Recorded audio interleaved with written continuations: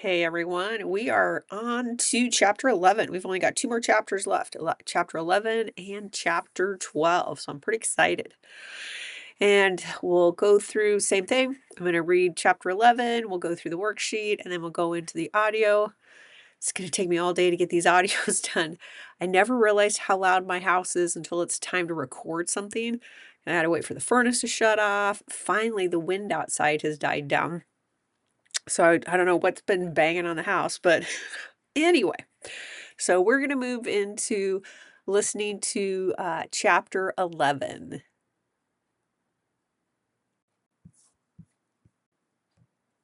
The Residue of Trauma, chapter 11. Learning life's lessons the hard way or not at all. Disappointment as a guiding force.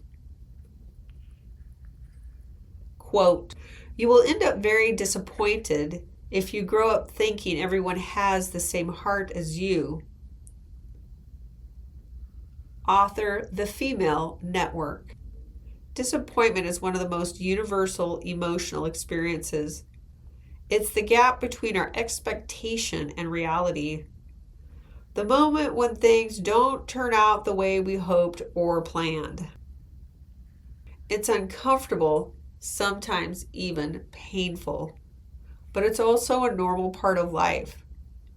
When we're disappointed, we feel a sense of loss, frustration, anger, or even sadness.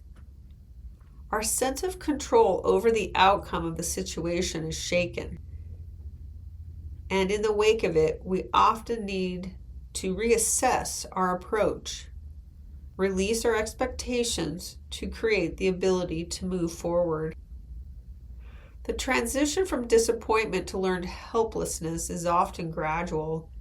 It rarely happens overnight, but rather emerges in response to a series of disappointing events that undermine a person's confidence in their own abilities. The first experience of disappointment is often sharp and jarring. From a child, it could be the loss of a toy, rejection from a friend or a parent, or an unmet need. The emotional response is raw, and without a supportive environment, it can be challenging to bounce back, reassess, and move forward. For those that are more sensitive, rejection can feel like a physical assault. However, when disappointment becomes chronic, repeated close together over time, something shifts within us. The initial steam fades and a quiet, insidious process begins to take hold. It's no longer just about a single setback or failure. Over time, repeated disappointments can erode the zest for life, weakening the ability to influence outcomes, leading many to feel less capable, less fulfilled, and more passive. The emotional shift is not just about one bad experience. It's the beginning of a deeper psychological pattern where hope and inspiration become a distant memory. The belief in one's ability to succeed is significantly diminished. Life often delivers lessons through hardship, mistakes, and adversity. However, the concept of learning life the hard way presumes that individuals eventually adapt, grow, and overcome challenges. In contrast, learned helplessness can derail the process entirely, leaving people stuck in a pattern of self-doubt and inaction.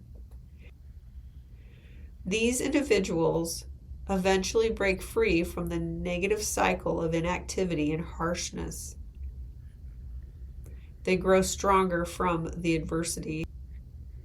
The flip side of this are individuals that are unable to break the cycle of disappointment and harshness.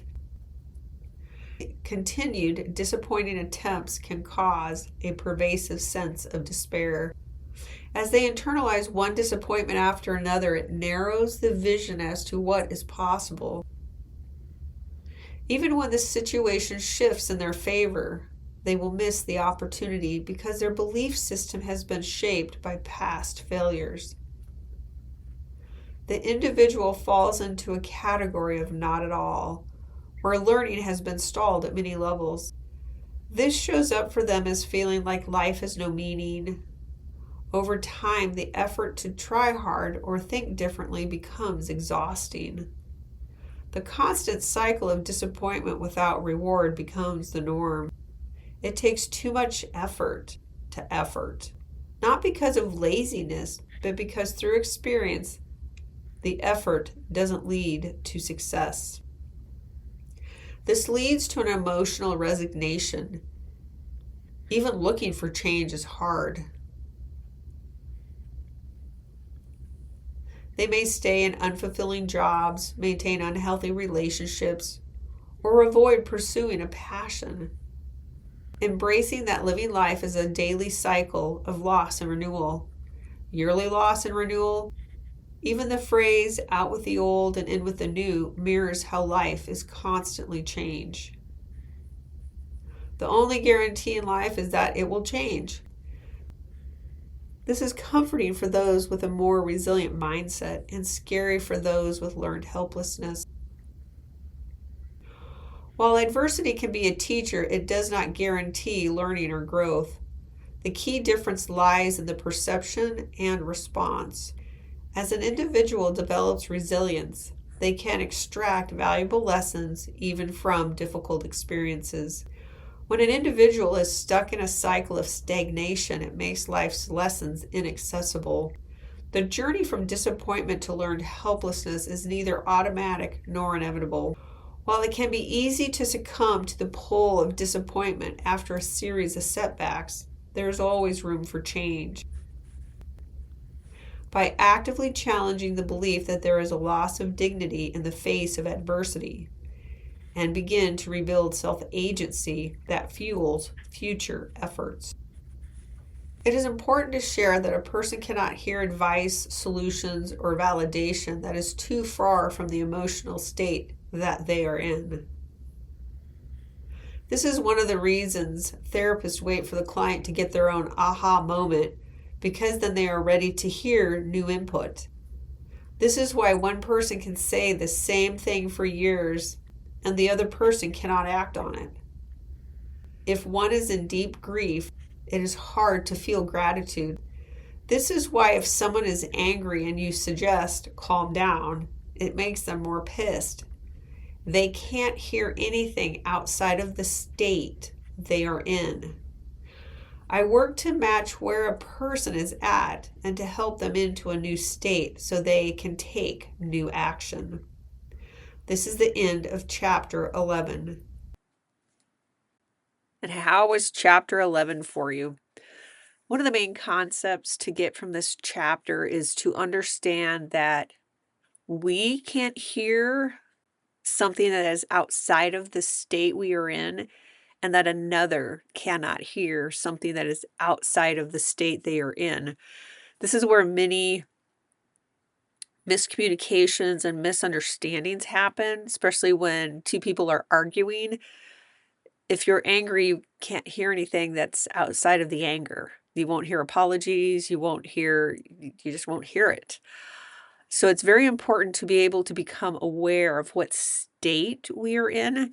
And that's one of the reasons when we get ready to go through the handout here is we always focus on how are we feeling, and focus on, what kind of a state am I in? Am I open to experimenting with this?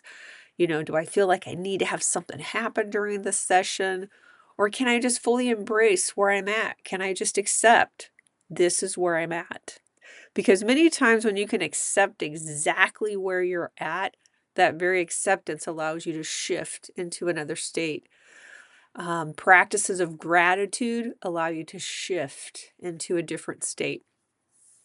So we're going to go ahead and go through the questions on the handout. And so this can be, excuse me, a pretty triggering chapter because our very first question is, what was your biggest disappointment? And you may have a whole list of them and just write them all down because you can go through this audio over and over. But I want you to pick the one that has the biggest charge on it or is the most intense or that disappointment that just keeps popping up to mind. Pick that one. And how do you feel? Oh, and who do you feel? Sorry, got to get some new glasses. Who do you feel you have let down? Could be yourself, could be somebody else. Or you can even put a little twist on this is who do you feel let you down? That actually has a bigger charge on it. What has eroded your zest for life? And where is life too harsh? So these are some pretty, in-depth questions. So let them come into your active experience, and then we're going to go right into the integration audio.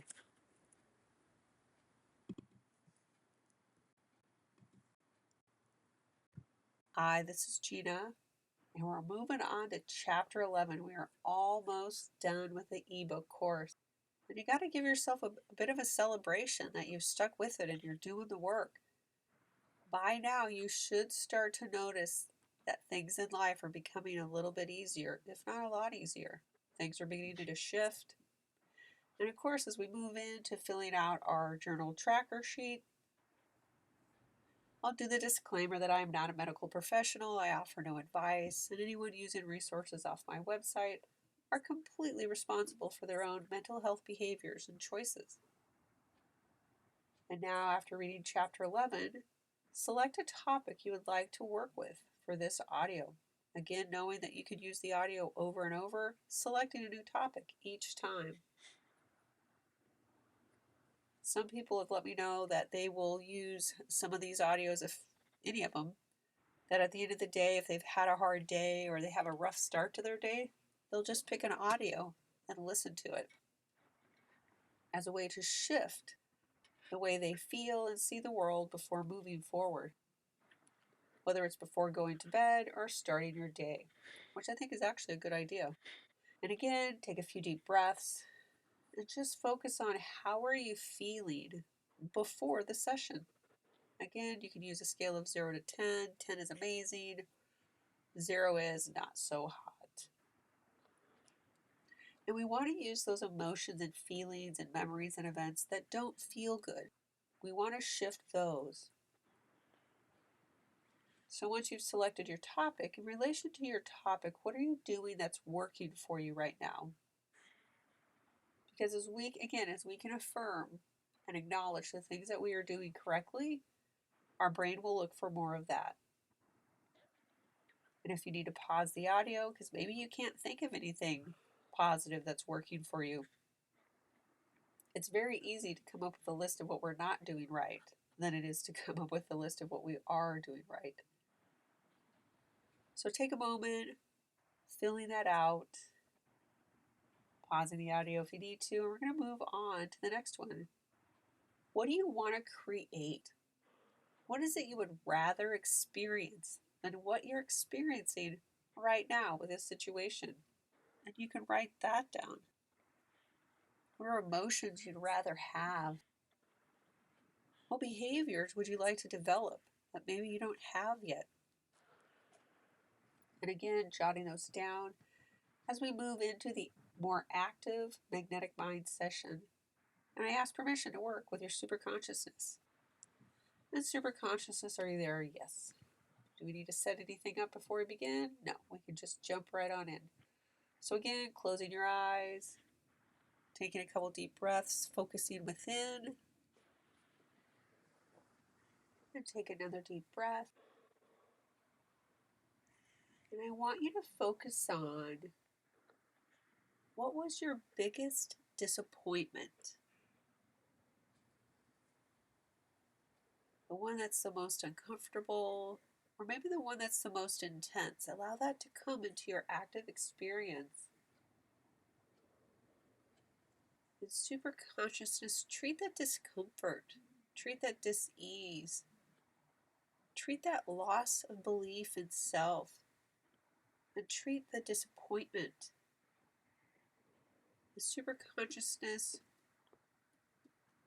match the opposite pairs that exist in a disappointment, where there's a desire and then there's an outcome that didn't turn out the way it was expected or the way that they wanted or the way that they planned.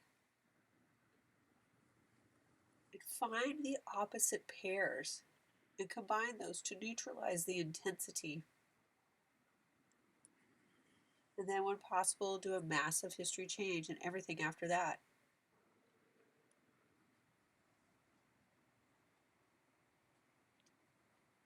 Again, go back and focus on what was your biggest disappointment. It can be disappointment in self, disappointment in others. Maybe somebody told you you were a disappointment. And superconsciousness, treat that. Treat that shutdown. Treat that projection. Treat all chakras.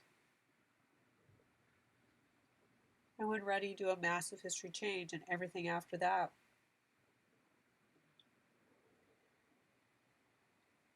We move on to the next question. Who do you feel you have let down? And treat that with a massive history change and everything after that.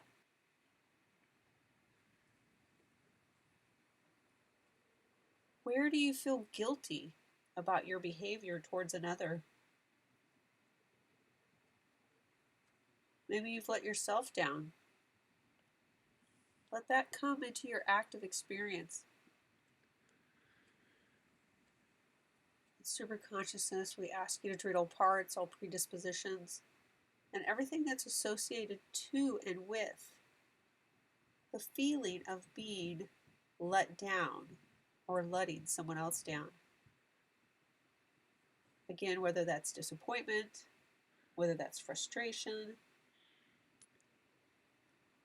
And again, treating all overcompensation,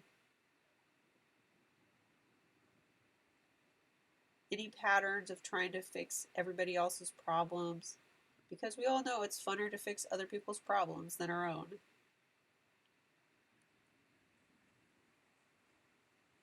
In superconsciousness, please do the mirror procedure so they can see themselves clearly. They can get their own ahas of what needs to shift. And then, when appropriate, do a massive history change and everything after that.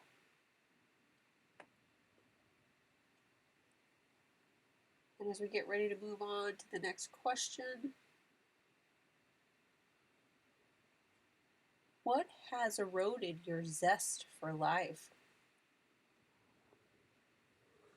Allow that to come into the active experience.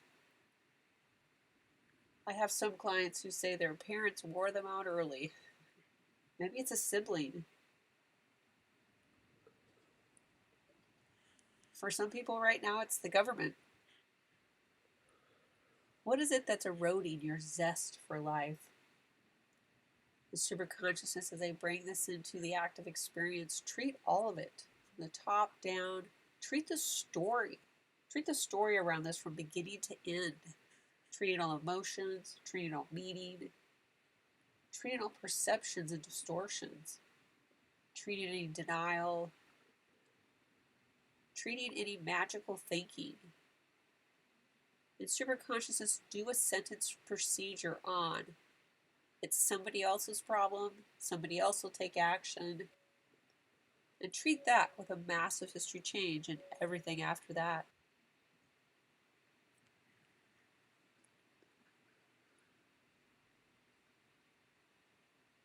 Again, superconsciousness, gather all of that. Again, treating the story from beginning to end. Treating all resistance, treating all conflict, finding all opposing opinions, emotions, feelings, beliefs, finding their opposite pair, and neutralizing these so they can see themselves clearly. Align them with their purpose, treating the nervous system, and when appropriate, do a massive history change and everything after that. Taking in a deep breath, just noticing and breathing.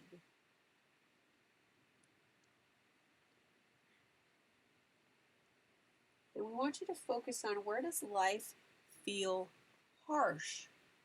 Where is it too much? Where is it hard to look at? Where is it hard to listen? Where do you feel you're hard-headed? Where do you feel other people are hard-headed? And taking all of that, holding it all with love and compassion and super consciousness, treat all of this with a massive history change and everything after that. And again, adding and subtracting the basic neural structure of the neural network of the visual system, the auditory system, the breathing system, the digestive system. What are all these areas in life that are just too harsh to digest? What are those areas in life that it's just too hard to breathe it in? Treat that with a massive history change and everything after that. Reinforcing resiliency, reinforcing tenacity, and reinforcing persistence and consistency. In super consciousness, we're going to add the metaphor of training wheels. The same way that training wheels give stability when you're learning to ride a bicycle. Super consciousness, please add temporary training wheels to wherever they need it to create that stability in life.